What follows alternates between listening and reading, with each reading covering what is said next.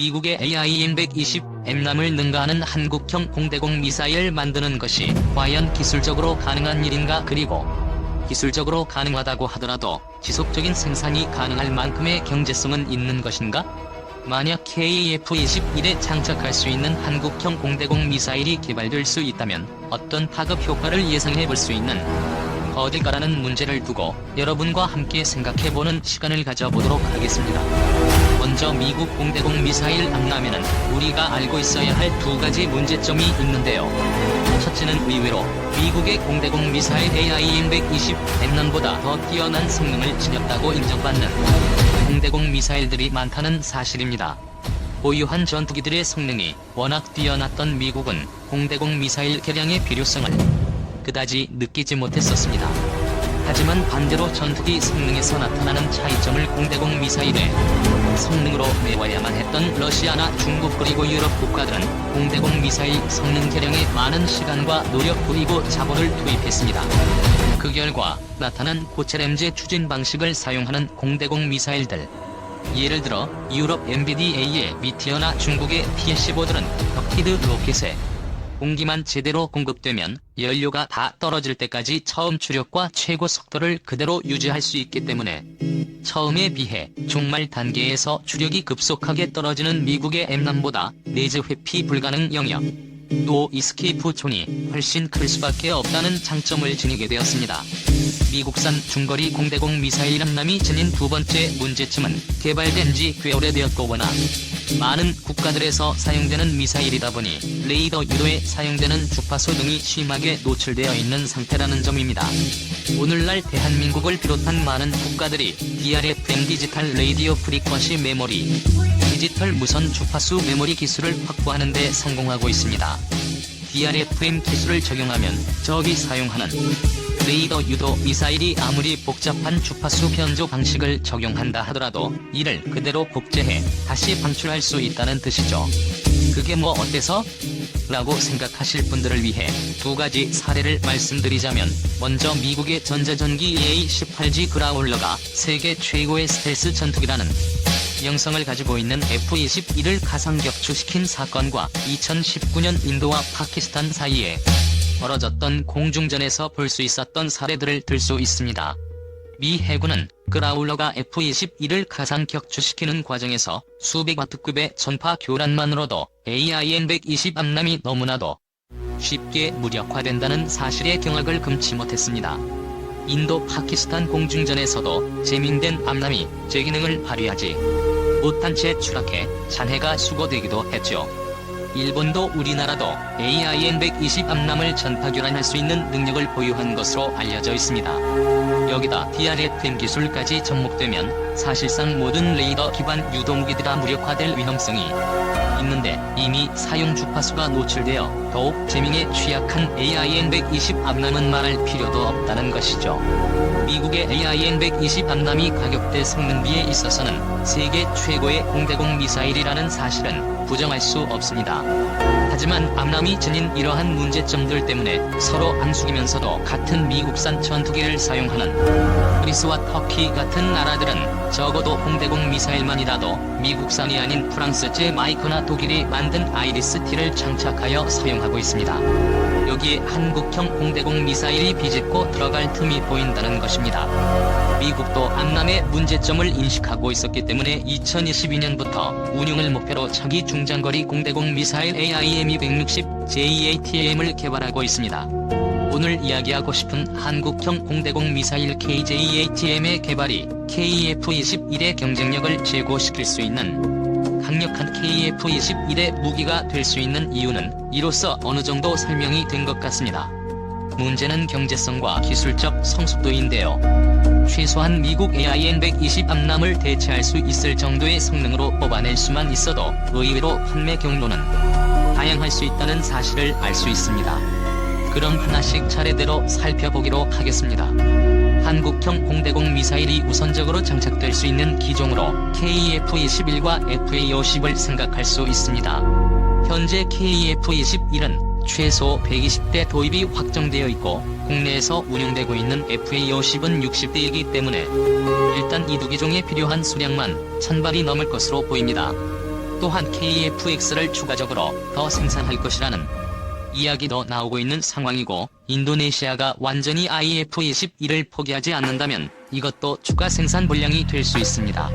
생산량을 여러 번 강조해도 지나치지 않는 것은 생산량이 곧 가격과 직결되기 때문입니다.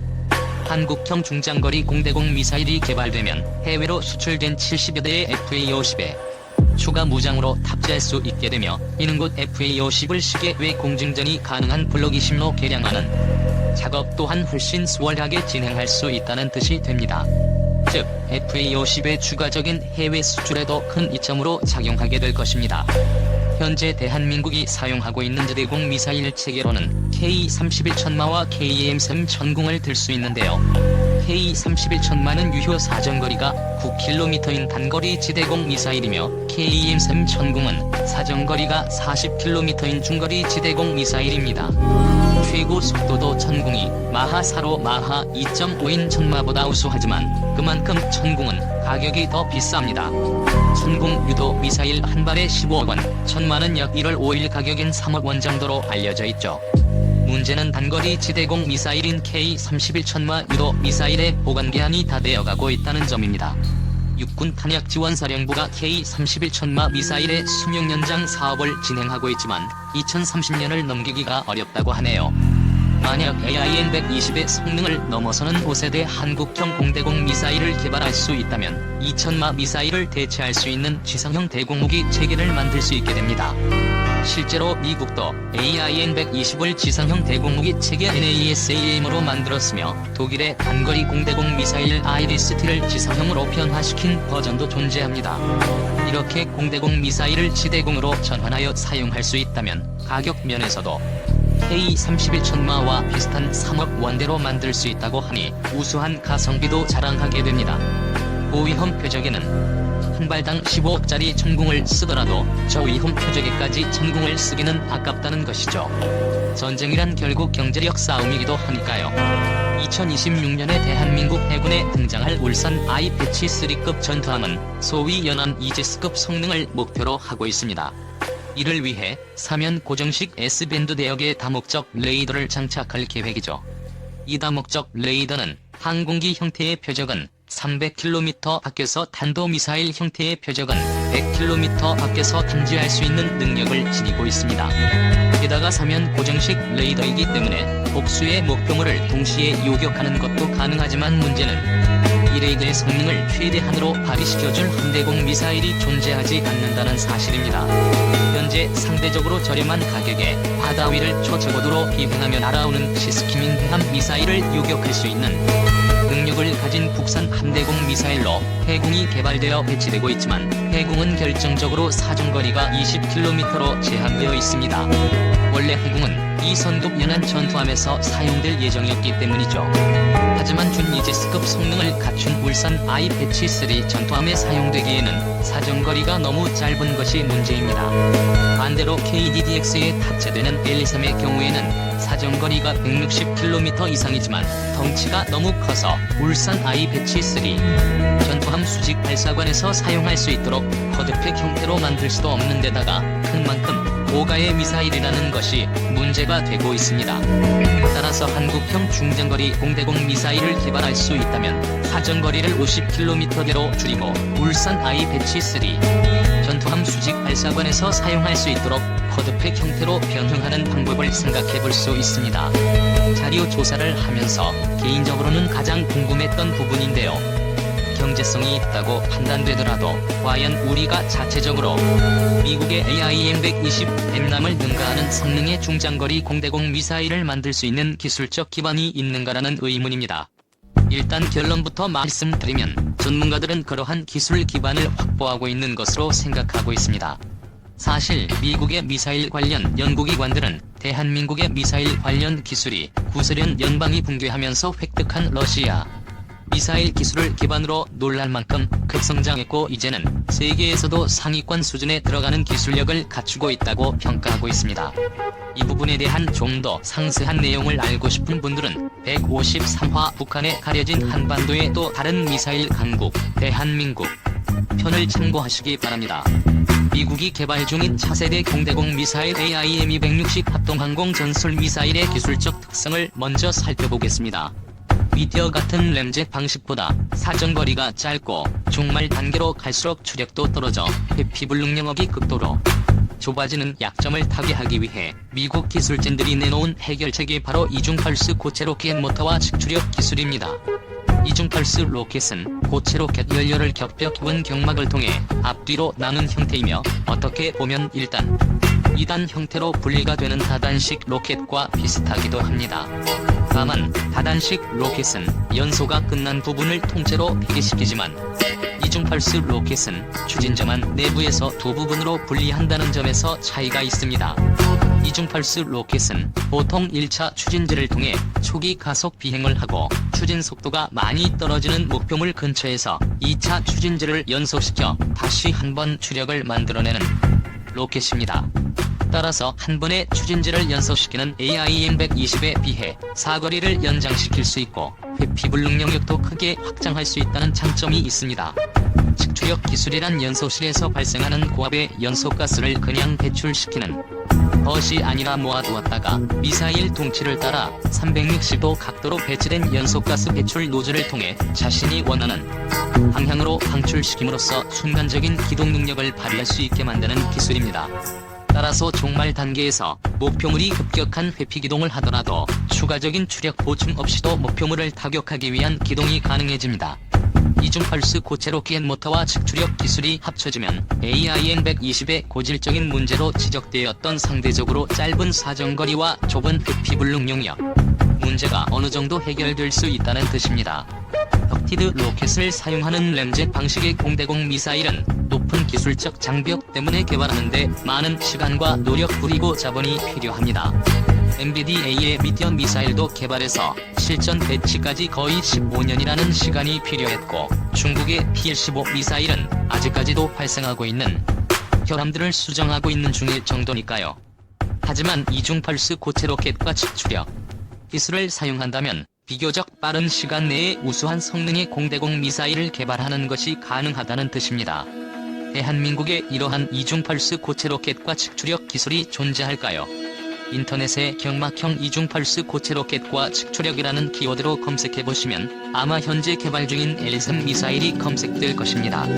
직추력 기술은 이미 러시아를 통해 우리나라에 전수되어 천공 미사일에서 상용화되어 있는 기술이고 2024년까지 시제품을 개발하기로 예정되어 있는 한국형 고고도 방어체계 LSM에 이미 포함되어 있습니다. 그렇다면 정황상 경막형 이중펄스 고체 로켓 기술에 대해서도 일정 수준 이상의 기술력이 쌓여있는 상황이라고 추측하는 것이 타당하겠죠. KF-21의 양산 예정 시기가 2026년이라는 점을 고려해본다면 2024년 LSM의 완성과 함께 획득된 경막형 이중펄스 고체 로켓 기술과 이미 상용화되어 있는 직추력 기술을 통해 2026년까지 한국형 공대공 미사일을 개발한다는 생각이 그렇게 허황되게 들리지만은 않습니다. 한 가지 더 알려드리고 싶은 부분은 대한민국이 천공을 개발하면서 러시아에게 이전받은 기술에는 직추력 기술이 전부가 아니라는 사실입니다. 대한민국은 러시아 화켈 설계국을 통해 쿠밴드의 레이더 시커 기술을 이전받았으며 알마즈 설계국을 통해서는 한국형 이상 배열 레이더의 근간이 되는 기술을 이전받았습니다. 이때 이전받은 위상 배열 레이더 기술이 나중에 AESA 레이더 개발로 이어지게 된 것이죠. 미국과 러시아가 15년 이상의 시간과 10조 원 이상의 비용을 들여 개발한 위상 배열 레이더 기술을 대한민국은 러시아의 경제위기 덕분에 고작 5천억 정도의 비용으로 이전받을 수 있었다는 점에서 그야말로 천재일로의 기회를 얻은 셈이었습니다. 아무튼 대한민국의 국방연구소는 이제 쿠밴드 레이더 시커에서 더욱 발전한 카밴드의 AESA 방식 시커를 개발하고 있는 중입니다. 카밴드의 AESA 방식 시커는 한국을 제외하고는 일본 정도만 기술을 보유하고 있어 암남과는 달리 재민 같은 전자전에 대한 내성이 대단히 강하고 굉장히 우수한 해상도를 자랑합니다. 한국형 공대공 미사일이 만들어진다면 아마도 카밴드의 AESA 방식 시커를 적용하게 될 가능성이 높을 것으로 보입니다. AESA 방식의 탐색 장치를 사용하면 얻을 수 있는 또 하나의 장점은 레이더 방식의 탐색 장치는 기계적으로 레이더 안테나를 회전시켜야 하므로 다양한 구동 장치를 갖춰야 하고 있는 옷 제작상의 복잡함과 공간 낭비 그리고 높은 가격으로 이어집니다. 하지만 전자적으로 빔을 회전시키는 AESA 방식의 시커는 그런 기계적 구동 장치가 일체 필요하지 않기 때문에 만들기 간단하고 공간 활용도도 높으며 비용을 절감시킬 수 있죠. 대한민국이 독자적인 공대공 미사일을 만들더라도 규모의 경제 원리상 가격으로 미국산 공대공 미사일 AIM-120 암람과 경쟁하는 것은 불가능합니다. 대한민국은 AIM-120을 웃도는 성능과 정치적 역학관계에서 답을 찾아야만 하겠죠. 다행스럽게도 미국은 최신형 공대공 미사일을 다른 나라에 판매하지 않습니다. 미국이 AIM-260 JATM을 개발하더라도 시장이 겹치는 것은 AIM-120 암람일 것이라는 뜻입니다. 이중펄스 고체 로켓 모터와 측추력기 그리고 카빈 뒤에 AESA 시커를 장착한 공대공 미사일이라면 성능상 AIM-120과 경쟁하기에는 충분하다고 생각됩니다. 또한 미국이나 독일 같은 나라들이 정치적 이유로 무기 수출을 금지한 나라들이 한국형 공대공 미사일의 수출 대상국이 될 수 있으며 마찬가지로 정치적 이유로 이슬람 국가들과 적을 지고 있는 이스라엘이 무기를 판매할 수 없는 중동 지역이나 이슬람 국가들도 잠재적 고객으로 분류될 수 있습니다. 지금까지 KF-21의 경쟁력을 제고시킬 수 있는 방안을 고민해 보았습니다. 사실 저는 전문가들의 의견을 수집하고 제 나름대로 공부하고 이해해서 좀 더 쉽게 설명드린 것에 지나지 않습니다. 더 전문적인 내용을 알고 싶으시다면 군사 전문지 등을 구매해서 읽어보시는 것이 좋을 것 같습니다.